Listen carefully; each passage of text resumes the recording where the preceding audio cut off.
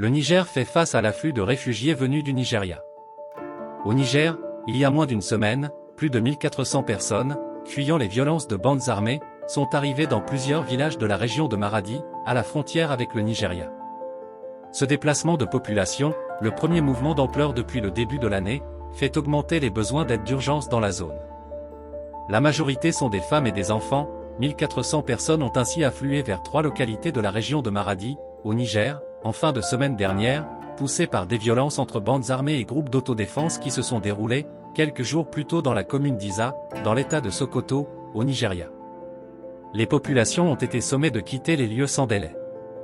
Et la plupart de ces réfugiés ont alors quitté le Nigeria dans la précipitation, sans même avoir le temps de prendre leurs papiers d'identité. Sur place, au Niger, les autorités nigériennes et plusieurs organisations sont à pied d'œuvre pour leur venir en aide. En plus de l'aide d'urgence, les réfugiés doivent être relocalisés, plus loin de la zone frontalière, pour des raisons de sécurité. C'est un mouvement de grande ampleur et c'est le premier mouvement d'ampleur que l'on constate, depuis le début de l'année, mais ce n'est pas le premier afflux de réfugiés. Par conséquent, le Haut Commissariat aux réfugiés, HCR, est déjà organisé pour relocaliser ces personnes, notamment dans le village de Chadakori.